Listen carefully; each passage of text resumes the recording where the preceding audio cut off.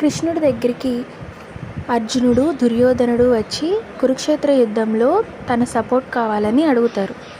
అయితే కృష్ణుడు వాళ్ళిద్దరికీ ఒక మాట చెప్తాడు. అదేంటంటే, నా సైన్యం కావాలా, నేను కావాలా కోరుకోండి అని చెప్పి అడుగుతారు. అప్పుడు దుర్యోధనుడు ఏమడుగుతాడంటే, నాకు నీకన్నా నీ సైన్యమే కావాలి అని చెప్పి అడుగుతాడు.